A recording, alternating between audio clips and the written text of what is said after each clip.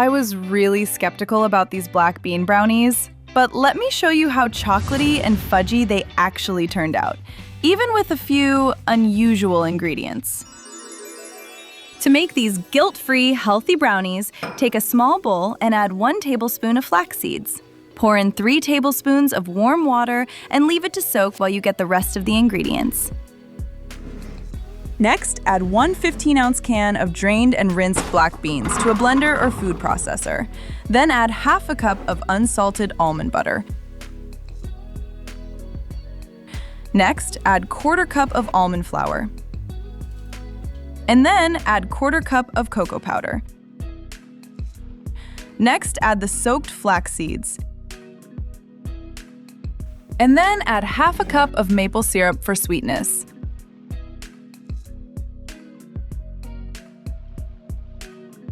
Also, add 1½ teaspoon of vanilla extract.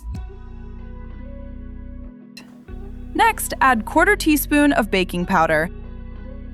And then add a 1/4 teaspoon of baking soda. Now, blend everything for about 2 minutes. Next, add 3/4 cup of semi-sweet or dark chocolate and blend another minute until the brownie batter looks thick and smooth, as you can see in the video here. Next, take an 8x8-inch baking pan and line it with parchment paper, or lightly coat the pan with some cooking oil so the brownies do not stick later. Then, scoop all the brownie batter into the pan. Use a spatula to push it into the corners and also smooth the top until it looks even and level. I also like to sprinkle 2 to 3 tablespoons of semi-sweet chocolate chips on top. They melt into little pockets and make the top look more like a classic brownie.